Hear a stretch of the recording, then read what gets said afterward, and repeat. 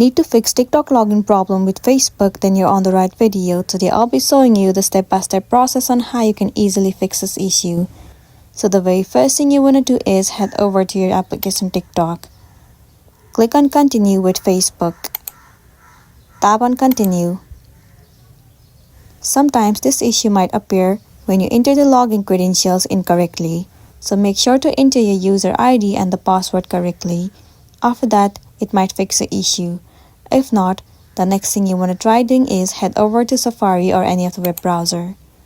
In the address bar, search for TikTok outage. Head over to the very first site. In this page, check whether the server of TikTok is down or not. Sometimes the server might be down and it might be the reason that you are facing this issue. In that case, all you gotta do is wait for the server to get fixed. Once the server has been fixed, now move into the settings of a device. Inside settings, you need to head over to General. Move into iPhone storage.